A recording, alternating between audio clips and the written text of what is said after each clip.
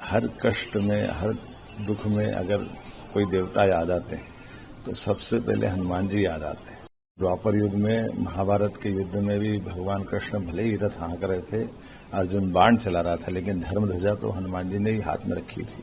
बोल बजरंगबली महाराज की जय। हनुमान जयंती के अवसर पर मेरी अपनी ओर से प्रदेशवासियों को, देशवासियों को बहुत बहुत बधाई, मंगल कामना।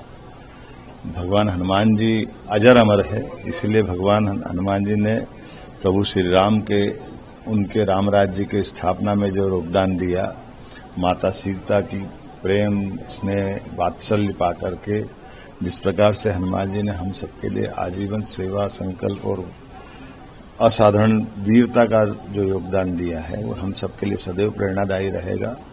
हम सब जानते हैं कि हर कष्ट में, हर दुख में अगर कोई देवता याद आते हैं तो सबसे पहले हनुमान जी याद आते हैं। बल, बुद्धि, पराक्रम, वीरता, ज्ञान, विनयशीलता, धैर्य, जितने भी गुण हो सकते हैं मानव जन्म में, उन सारे गुणों का एक तरह से वरदान अगर कोई देते हैं उनको पाने का, तो हनुमान जी देते हैं।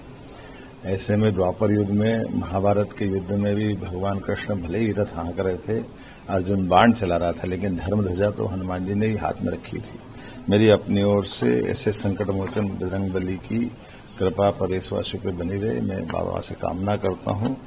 मैं आज स्वयं इंदौर जाकर के कित पर्वत पर हनुमान जी के उस कार्यक्रम में शामिल होने वाला हूँ।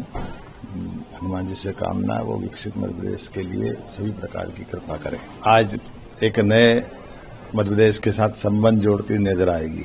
2000 साल पहले सम्राट विक्रमादित्य का सुशासन मध्य प्रदेश, अवंतिका की धरती उज्जैनी से अपनी वीरता, ज्ञानशीलता, दानशीलता, पराक्रम, सभी प्रकार के गुणों से युक्त होकर के सुशासन की जो मिसाल बना है, आज भी लोकतंत्र के नायक के नाते से विक्रमादित्य का शासनकाल भारत के सभी राज्यों में अत्यंत आदर के साथ लिया जाता है।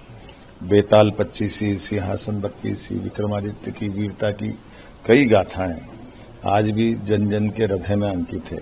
ऐसे में सम्राट विक्रमादित्य महानाट्य का आयोजन संस्कृति मंत्रालय, दीनदयाल शोध संस्थान, दिल्ली सरकार, सबके साथ मिलकर के मध्य प्रदेश के कलाकारों ने उस नाट्य का मंचन लाल किले पे करने का आज पहला दिन उनका होने वाला है।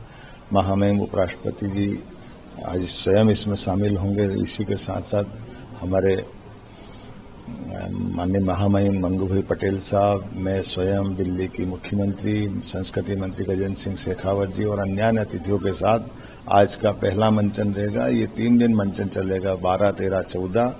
मैं उम्मीद करता हूं कि सम्राट विक्रमादित्य के मंचन को सार्थक करते हुए सुशासन की झलक दिखाने का सारे तरह से प्रयास किया गया है।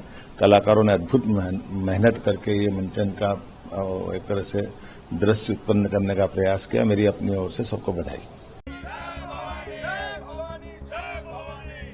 राणा सांगा के कथित अपमान के विरोध में शनिवार को क्षत्रिय समाज एकजुट होकर सड़कों पर उतर आया। अखिल भारतीय क्षत्रिय महासभा और करणी सेना के नेतृत्व में एक सम्मान मार्च का आयोजन किया गया, जो कानपुर से आगरा की ओर रवाना हुआ। मार्च में बड़ी संख्या में क्षत्रिय समाज के लोग, युवा और वरिष्ठ जन शामिल हुए। मार्च का उद्देश्य महान वीर राणा सांगा के गौरव और इतिहास की रक्षा करना बताया गया।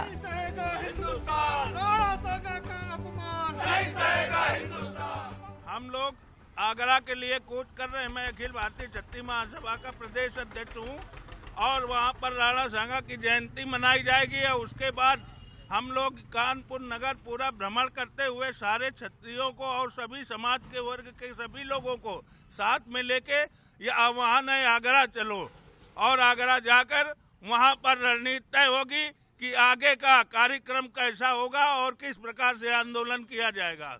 राणा सांगा को लेकर जो टिप्पणी हुई है उसी का आज हम लोग विरोध करने जा रहे हैं और हम लोग यहाँ से पूरा समाज, पूरे हर समाज के लोग यहाँ से इकट्ठे होकर के, पूरा क्षत्रिय वर्ग है, ब्राह्मण वर्ग है, हर वर्ग के लोग हमारे साथ हैं और हम जा रहे हैं और उसका जवाब दिया जाएगा। वहाँ पहुँच करके बहुत भारी संख्या में हम लोग जा रहे हैं, काफ़ी सारी गाड़ियाँ हमारे साथ हैं, काफ़ी सारा जनबल हमारे साथ है। हम लोग जा करके वहाँ समझाएंगे उनको कि किस तरीके से किसी भी महापुरुष को इस तरीके का अवैध शब्द नहीं बोलना चाहिए। इसके लिए हम लोग बहुत मजबूती से उनको जवाब देंगे। नेताओं ने कहा कि राणा सांगा जैसे वीर योद्धा का अपमान बर्दाश्त नहीं किया जाएगा और जब तक उनके सम्मान को पुनर्स्थापित नहीं किया जाता संघर्ष जारी रहेगा। ये मार्च शांति और अनुशासन के साथ किया जा रहा है, लेकिन समाज की भावनाओं को स्पष्ट रूप से दर्शाता है।